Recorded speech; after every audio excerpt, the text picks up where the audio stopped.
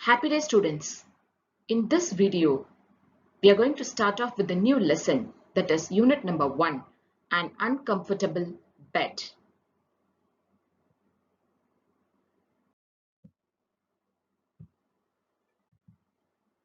An uncomfortable bed was written by Maupassant. This is the image of the author.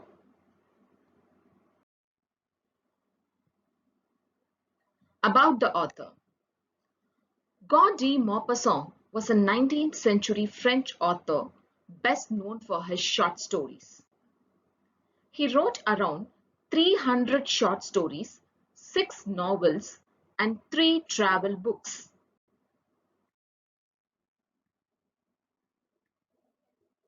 The Necklace and An Uncomfortable Bed are some of his most famous stories. Most of his works were about everyday life of the simple and humble people. Before getting into the summary of this lesson, I would like to ask you a few questions. My first question is, have you played practical jokes on others? Yes, we all love to play practical jokes on others. My next question is, if so, on whom? If so, definitely we will prefer to play on our beloved friends, right? Then on whom? Our siblings. Exactly. My next question is somewhat difficult. How do you feel when someone has made a fool of you? To be frank, we all love to play prank upon our friends and others. But the reality is different. If it comes to us, or if anyone tries to play prank upon us, we would be very cautious to avoid such circumstances, right? The same thing happens in this story too. Let's get into the story. The characters involved in the story are the speaker, who is narrating us the story, and his group of friends, and last but not the least, a valet. Valet means a servant.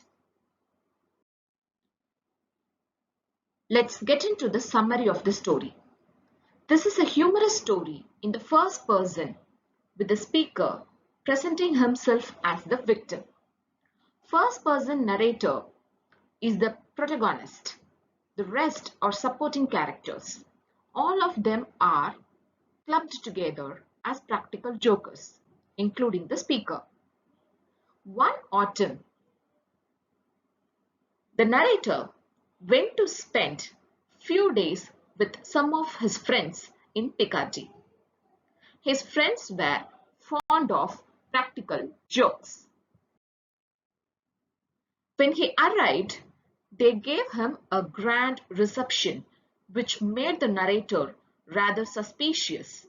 They cheered loudly and embraced him. During the dinner, the mirth was excessive. The narrator felt that his friends are really amused, too amused. The jollity continues during dinner until the friends bid good night. The hour struck for going to bed. The whole household came to accompany him to his room. The narrator suspects that he is going to be the victim of a practical joke played by his friends. The more jolly and warm the friends are, the more the narrator is cautious.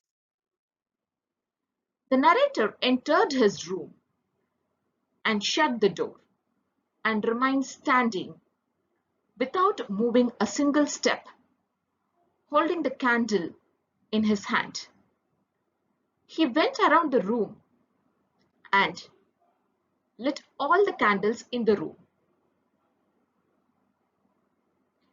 After that, he cast another glance around him without discovering anything. The narrator examined his room carefully. He made his mind to go to bed. but the bed was particularly suspiciously looking. Then he suddenly thought of a precaution which could ensure his safety. He dragged the bed and all other objects into the very middle of the room, facing the door.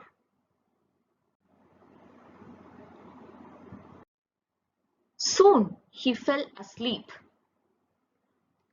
After many hours of his deep sleep, he felt something which was smothering his face and struck the face of the person who had fallen on him.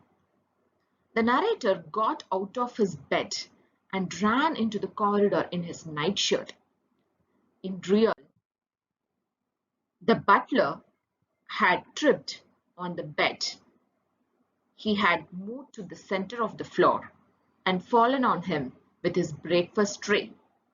His friend started laughing at him. The narrator had been so careful about not becoming the victim of their practical jokes that he had made a fool of himself. The comic element in the situation is the way the main character sees every action of his friends as exaggerated because of a hidden motive. The plot develops with the activities of the main character going through the night as he takes whatever precautions he can to protect himself from becoming a victim of all the practical jokes he can think of. Learning outcomes. In this story, we learned to identify the irony of the situation in the story. What is the irony of the situation here? The speaker, who suspects his friends of mischiefs and takes precaution, falls prey to own actions. And we also learnt how the narrator causes his own misfortune. He was himself responsible for the accident. The butler had tripped on the bed. He had moved to the floor and fallen on him with his breakfast tray. He had been so careful, right, about not becoming the victim of their practical jokes that he had made a fool of himself. And we also learnt to explain how the speaker's suspicions add to the humor. I hope this video would be helpful for you to learn this lesson. Have a good day. Thank you, students.